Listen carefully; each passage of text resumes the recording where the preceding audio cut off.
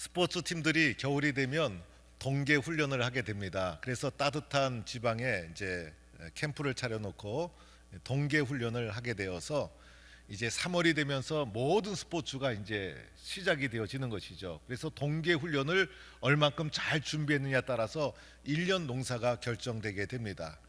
그래서 시즌이 끝나고 약간 기초가 이제 흔들렸던 것을 동계 훈련 때 잘 가다듬고 체력도 다지고 몸도 만들고 그다음에 전술도 익히고, 그래서 이 동계 훈련을 얼마나 알차게 내용 있게 잘 준비했느냐에 따라서 1년 3월 달부터 시작되는 모든 스포츠 경기에 성적을 잘 낼 수 있는 것이죠. 그래서 동계 훈련이 그들에게는 참 중요한 훈련이다, 이렇게 볼 수 있습니다.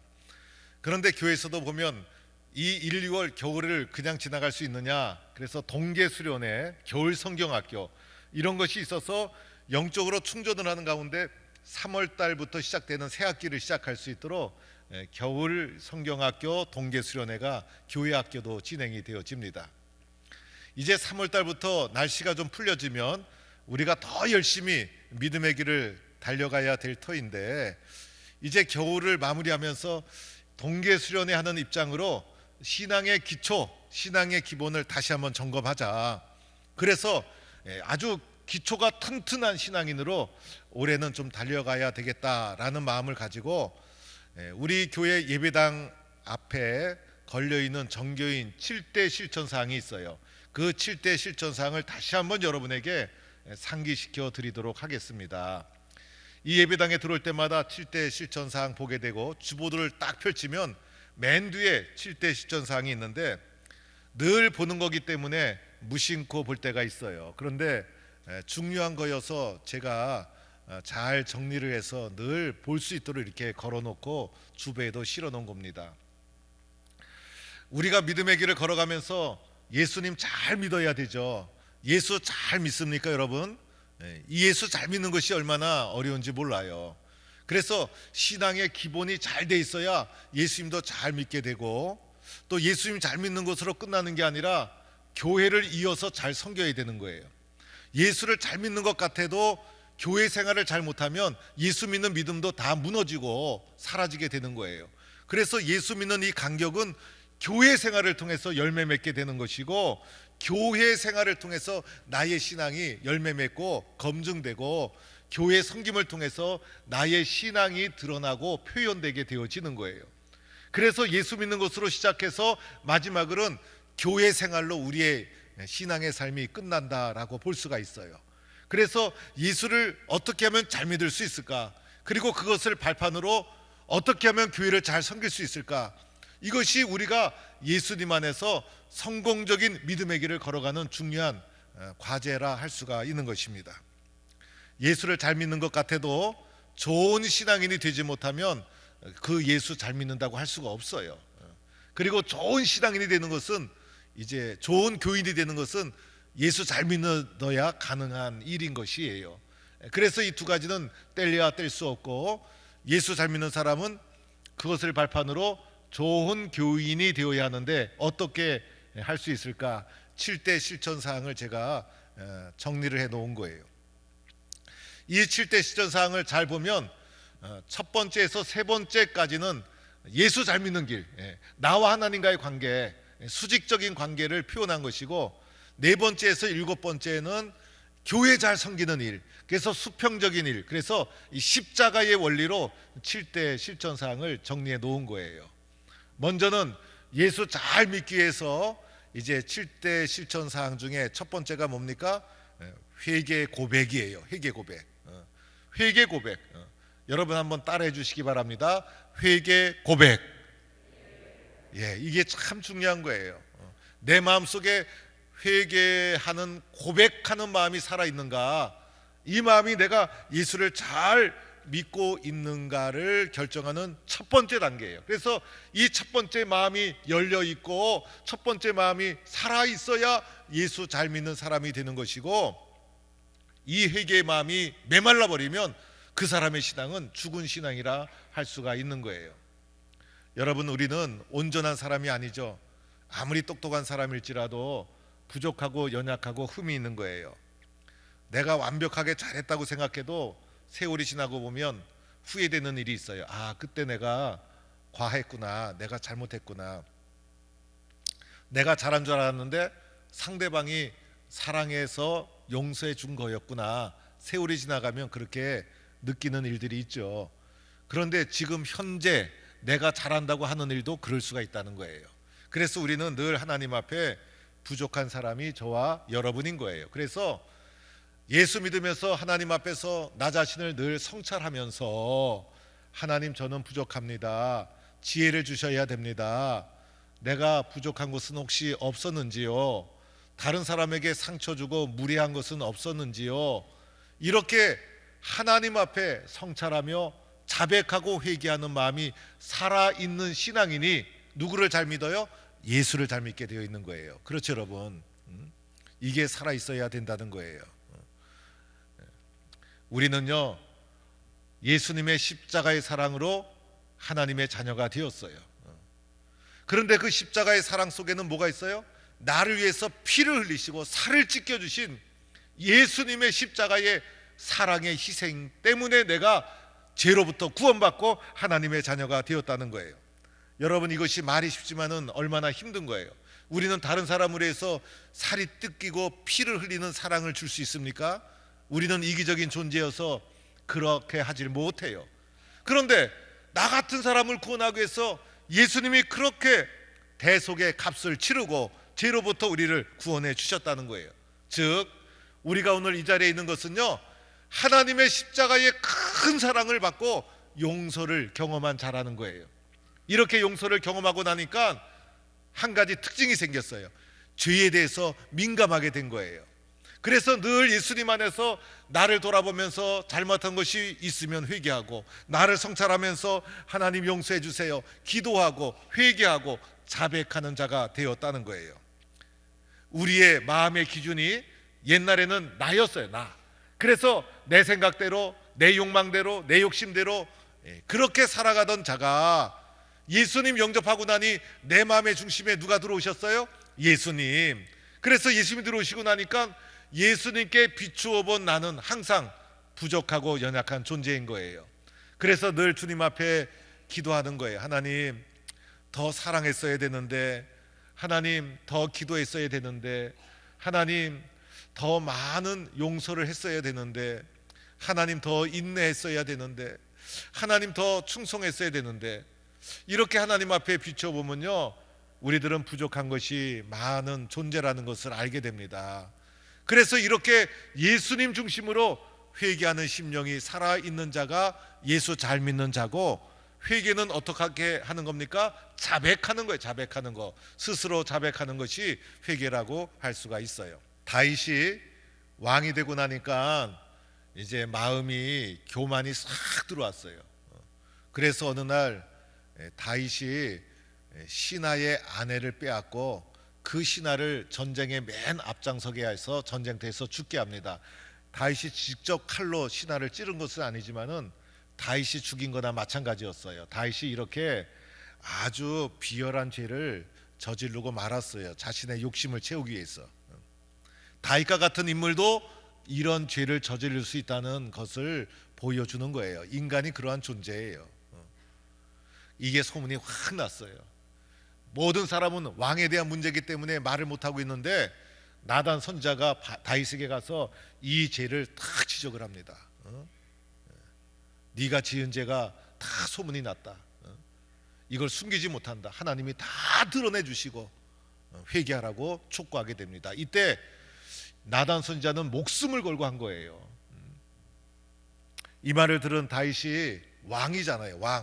왕이다 보니까 아무리 선지자지만은 왕한테 이렇게 건방질 수가 있나? 그래서 다윗이 나는 절대 안 그랬다, 고집을 피우고 죄를 은폐하고 나단 선지자를 추방하고 처형하고 그렇게 했더라면 다윗의 인생은 끝났을 거예요. 이때가 다윗의 인생의 아주 중요한 분기점이었어요. 다윗의 인생이 추락하느냐 올라가느냐. 그런데 이러한 지적을, 왕임에도 불구하고 이러한 지적을 받자 다윗이 회개하기 시작합니다. 그의 마음속에 뭐가 살아있었어요? 회개하는 마음이. 그래서 시편 51편에 보면 하나님이여 주의 인자를 따라 내게 은혜를 베푸셔서 주의 많은 긍휼을 따라 내 죄악을 지워 주옵소서. 하나님, 내 죄악을 지워 주세요. 부끄러워서 견딜 수가 없습니다. 내가 이것을 지울 수가 없습니다. 하나님 사랑을 베풀어 주시고 은혜를 베풀어 주셔서 내 죄악을 지워 주옵소서. 이렇게 하나님 앞에 통해 자복을 합니다. 그리고 51편 10절에 가보면 다윗의 유명한 고백이 나오죠. 하나님이여 내 속에 정한 마음을 창조하시고 내 안에 정직한 영을 새롭게 하소서. 다윗의 고백이에요. 그래서 다윗이 나단 선자의 지적 앞에서 하나님, 나는 더러운 죄를 지었습니다. 참회하는 심정으로 하나님 앞에 눈물을 흘리며 통곡을 하고 참회했기 때문에 하나님께서 다윗을 위대한 사람으로 다시 한번 기회를 주고 사용해 주셨다는 거예요. 회개할 줄 모르는 메마르고 강박한 마음은 마귀에서 온 것이고, 하나님 앞에 눈물로 참여할 수 있는 마음은 누가 준 걸까? 하나님이 주신 마음이에요. 우리는 하나님이 주신 그 마음을 붙잡고 살아가는 거예요. 그럴 때 예수 잘 믿는 첫 번째 단계를 통과하게 되는 거예요. 요한일서 1장 9절 말씀해 보면 만일 우리가 우리 죄를 자백하면, 스스로 고백하고 스스로 눈물을 흘리고 스스로 통회하고 그러하면 하나님께서 우리의 죄를 다 씻어주시고 또 우리를 모든 불의에서 깨끗하게 하신다라고 말씀하고 있어요. 그래서 우리들은 예배당에 와서도요, 회개의 기도부터 먼저 하는 거예요. 하나님, 잘못한 것이 있습니까?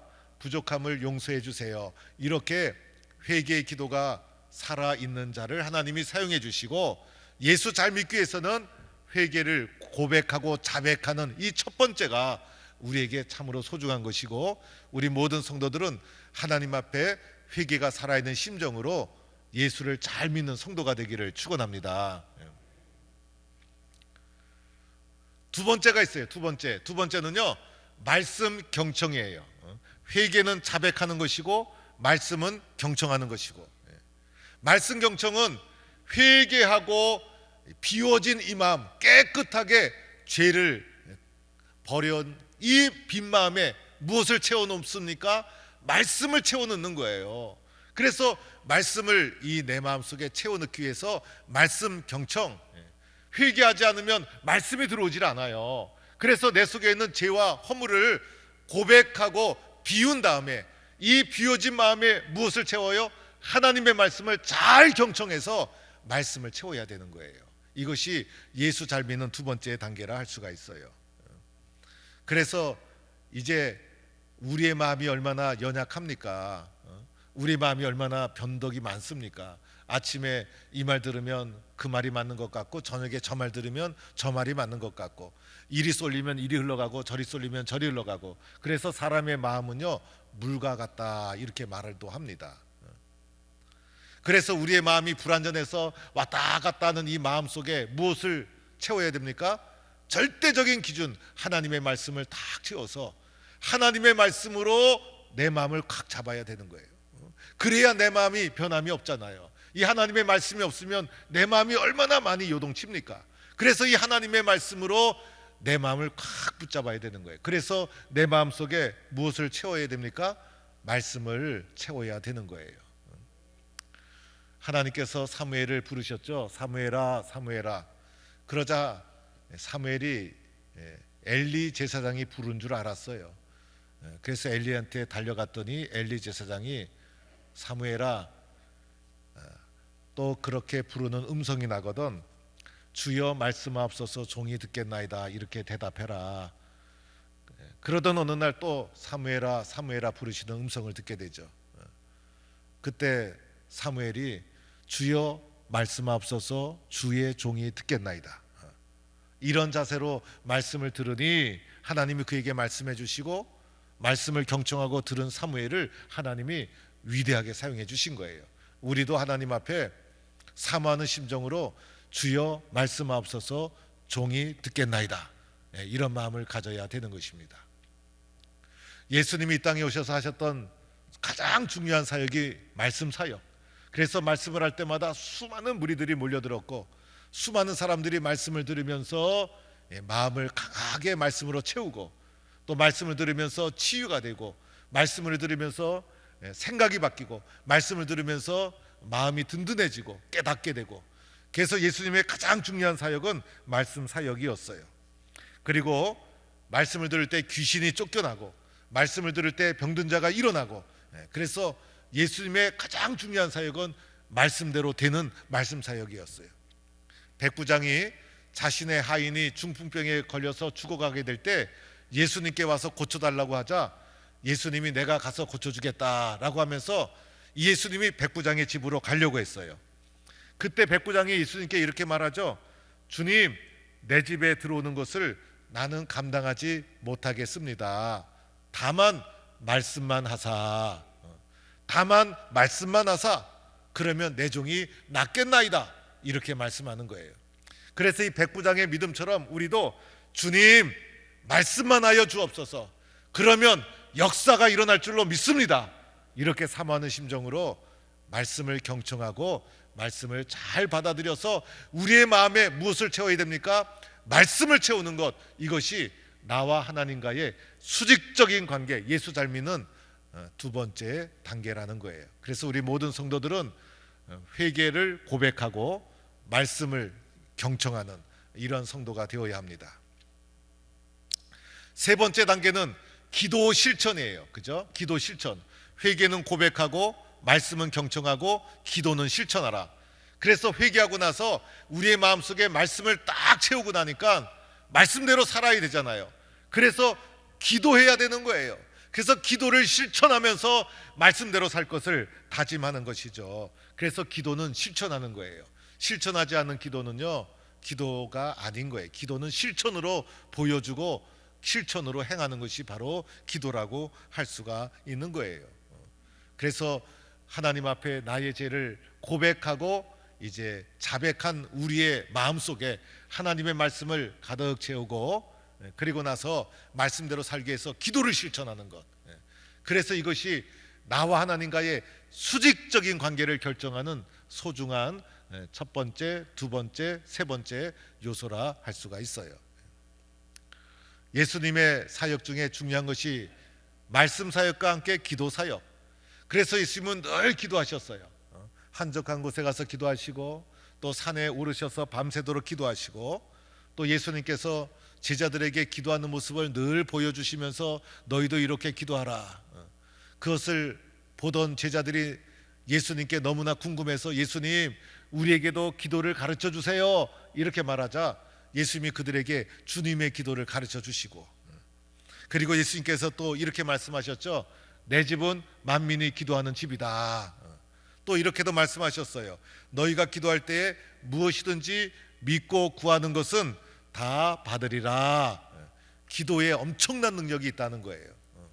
또 이런 말씀도 하셨어요. 기도 외에 다른 것으로는 이런 종류가 나갈 수 없다. 그러니까 기도가 가장 강력한 능력이 된다는 것을 말해주고 있어요. 그래서 말씀을 다 채웠어도 기도하지 않으면 말씀의 능력이 나타나지 않는 거예요. 그래서 기도를 실천함으로 말씀의 능력이 내 속에서 일어날 수 있도록 해야 되는 거예요. 또 예수님께서 변화산에서 기도할 때 용모가 변화되고 광채가 나고 옷이 휘어져 광채가 나는 변화가 일어나게 되죠. 즉 기도할 때 변화가 되는 거예요. 나 같은 사람이 어떻게 변화될까? 말씀으로 채운 다음에 하나님 앞에 기도하는 거예요. 하나님, 나를 도와주세요. 기도할 때 말씀대로 나 같은 사람도 변화되어지는 거예요. 그래서 모든 성도는 말씀 경청하고 기도하는 자가 되어야 한다. 이것이 신앙 성장과 기본의 아주 중요한 요소라 할 수가 있어요. 오늘 말씀도 예수님이 겟세마네 동산에서 기도하는 장면이죠. 그래서 이 기도하는 장면을 보면 먼저 기도의 자세가 나오죠. 얼굴을 땅에 대고 엎드려, 자세부터 예수님은 우리들에게 은혜를 줘요. 얼마나 간절한 기도의 모습인가. 얼굴을 땅에 팍 묻고 그리고 엎드려서 하나님 앞에 기도하는 예수님의 모습. 그리고 기도할 때 예수님이 이렇게 기도하죠. 나의 원대로 마시옵고 아버지의 원대로 하옵소서. 그래서 기도라는 것은 하나님 내 뜻대로 해주세요 이런 것이 아니에요. 내 뜻이 있지만은 아버지의 뜻에 순종하는 것이 기도. 그래서 내 뜻이 중요해요, 너무나. 그런데 사실은 하나님이 보시기에 내 뜻은 작고 작은 거예요. 나를 향한 하나님의 계획이 더 커요. 그래서 우리들은 작은 내 뜻을 붙잡고 몸부림칠 때가 있어요. 그런데 우리 주님 앞에 기도할 때 바른 자세는 내 뜻도 중요하지만은 보다 더 중요한 것은 주님의 뜻에 순종하게 하옵소서. 이 주님의 뜻을 바라볼 수 있는 영적 시야, 주님의 뜻에 순종할 수 있는 믿음, 이게 기도가 없이는 불가능한 거예요. 그래서 기도를 하다 보면 주님의 뜻에 나를 순종시키는 것이 참된 기도의 모습이라 할 수가 있어요. 그리고 기도한 후에 제자들에게 와보니 제자들이 잠을 자고 있었어요. 이때 주님이 하신 말씀, 너희가 나와 함께 1시간도 이렇게 깨어 있을 수 없더냐. 오늘 이 부분에서도 예수님의 기도관을 볼 수가 있죠. 예수님 뭐라고 합니까? 나와 함께. 그러니까 기도는 예수님과 함께 하는 거예요. 예수님과 함께 하는 것이 기도고, 또 뭐라고 말합니까? 깨어 있을 수 없더냐. 기도는요, 영적으로 깨어 있다라고 할 수가 있어요. 내가 기도가 살아있을 때 가만히 보면 신앙이 살아있었어요. 그런데 기도가 죽어있고 중단되어 있을 때는 내가 영적으로도 다 죽어있고 믿음 없는 모습이 기도하지 않았을 때 나의 모습이라 할 수가 있어요. 그리고 나서 예수님이 이렇게 말씀하셨죠. 1시간도 깨어 있을 수 없더냐. 그래서 예수님은 1시간 이상 밤이 새도록 기도했지만은 제자된 우리들에게 예수님이 요청하신 것 1시간 기도. 왜냐? 육신이 약하기 때문에 1시간 기도하면 약함을 이기고 기도의 능력으로 살아갈 수 있기 때문에, 그래서 기도는 실천하는 거예요. 회개는 자백하는 것이고, 말씀은 경청하는 것이고, 그리고 기도는 실천하는 것이고, 이 첫 번째, 두 번째, 세 번째가 나와 하나님과의 관계를 결정하는 수직적 관계. 이 나와 하나님과의 이 수직적 관계가 견고하고 든든하게 세워져야 세상을 이기는 하나님의 사람으로 능력 있게 살아가게 될 줄로 믿습니다. 너무나 중요한 거예요, 여러분. 이 신앙의 기초가 흔들리면 믿음이 살아있다 할 수가 없어요. 이 신앙의 기초가 든든하고 늘 반복하면서 점검하는 거예요. 나는 회개를 자복하는 마음이 살아있는가, 말씀을 경청하고 있는가, 기도를 실천하고 있는가. 우리의 신앙의 모든 것을 결정하는 중요한 기초라 할 수가 있는 것입니다. 그래서 예수 믿는 것도요, 적당히 믿으면 안 돼요. 예수는 적당히 믿는 것이 아니에요. 미친 듯이 믿어야 되는 거예요. 그래서 뭔가에 미쳤을 때 가장 행복하지 않아요? 남자와 여자가 만나서 결혼할 때도요, 미치지 않으면 결혼할 수가 없는 거예요. 눈에 콩깍지가 쓰여져서 남자와 여자가 서로가 제일 예뻐 보이고 제일 사랑스러워 보이고, 그런데 그렇지 않고 이분이 어떤 분인가 객관적으로 판단하려고 이성적인 눈으로 키가 어쩌고 저쩌고 눈이 어떻게 생겼고 이렇게 객관적으로 판단하고 관찰하고 살펴보면요, 결혼할 수 없어요. 행복하지 않아요. 그러나 사랑에 눈이 멀고 미치면 행복하듯이 예수 믿는 것도 제정신으로 믿으면요, 예수 안 믿는 거예요. 그러나 하나님 도와주세요. 나는 하나님과의 수직적인 관계가 제일 중요합니다. 하나님 앞에 깨어서 늘 회개하는 심령을 가지고 살아가고, 말씀을 사모하고, 하나님 앞에 말씀을 붙잡는 심정으로 경청하고 사모하고 말씀대로 될 줄로 믿습니다. 하나님 앞에 기도를 실천하고 무릎 꿇어 간절히 기도하고 부르짖을 때 하나님께서 능력을 주시고 힘을 더하여 주셔서 하나님 안에서 세상의 어려운 파도도 넉넉하게 이겨나가는 능력 있는 하나님의 사람으로 축복해 주실 줄로 믿습니다. 이렇게 하나님과의 수직적 관계를 견고하게 튼튼하게 이루어가는 동부의 성도가 되기를 주의 이름으로 간절히 축원합니다.